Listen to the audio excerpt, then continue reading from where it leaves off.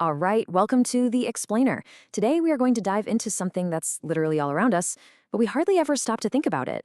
Nothing. Yeah, you heard me. We're going to explore the surprising and honestly often misunderstood power of emptiness. I mean, think about it for a second. That awkward silence in a conversation, an empty room, a totally blank page. It triggers something in us, doesn't it? It's this weird anxiety, this almost primal urge to just fill the void. So, what is really going on there?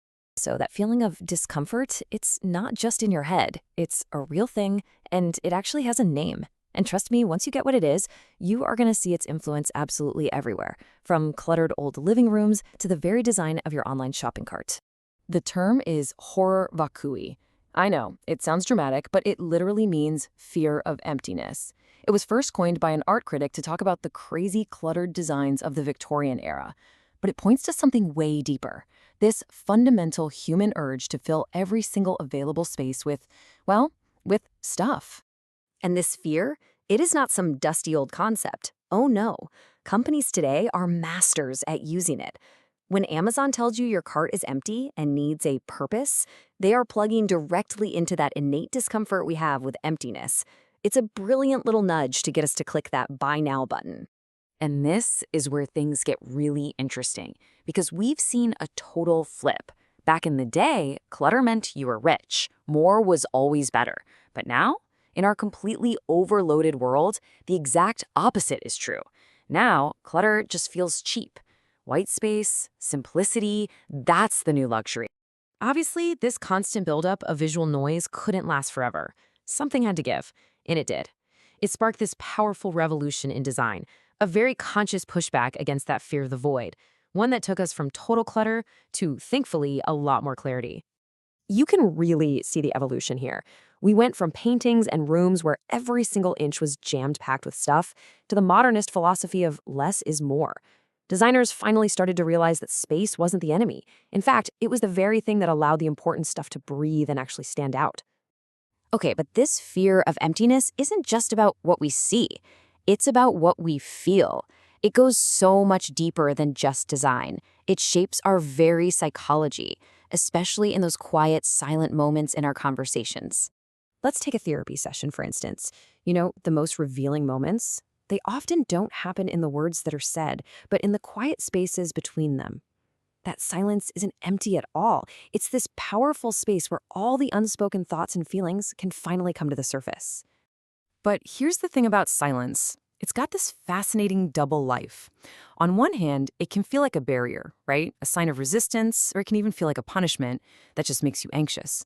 But when it's used with intention, it can become a bridge, a way to build connection, show empathy, and create that space we need for real insight. And how we react to silence? A lot of that gets programmed into us from our earliest relationships. So for someone with an anxious attachment style, a pause in conversation can feel terrifying, like abandonment. For someone with an avoidance style, it might be a way to withdraw. But for those with a secure attachment, silence is often just a comfortable space for connection and thought.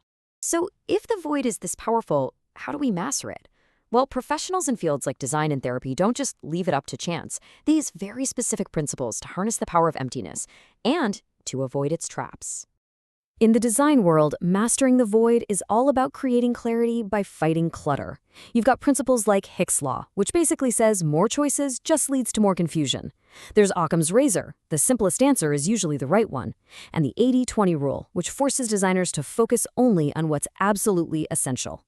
Each one is a tool for carving out powerful, intentional emptiness. And in therapy, it's the same idea. Silence is used with incredible purpose. It's not just sitting there waiting. No, it's an active tool. It's for showing empathy, for giving someone space to reflect, and for empowering a person to find their own path forward. Here, emptiness becomes a catalyst for real healing. So, we've journeyed from cluttered Victorian rooms all the way to the quiet spaces of therapy. So what's the big lesson here? What really is the power of nothing? Okay, the biggest takeaway is this. Emptiness isn't a vacuum that we have to fill. It's an active, powerful ingredient. It's like music, right? The silence between the notes is what actually creates the rhythm and the melody in the exact same way that white space on a page or that pause in a conversation. is what gives clarity and real impact to everything else around it. There's this quote that just nails it.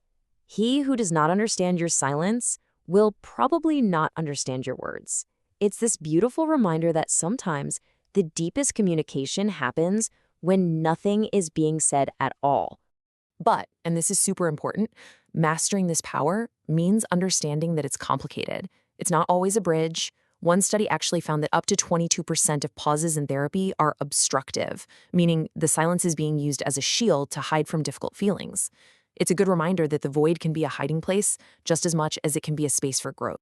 So the next time you feel that itch, that urge to fill a silence or clutter up a space, maybe just pause, just for a second.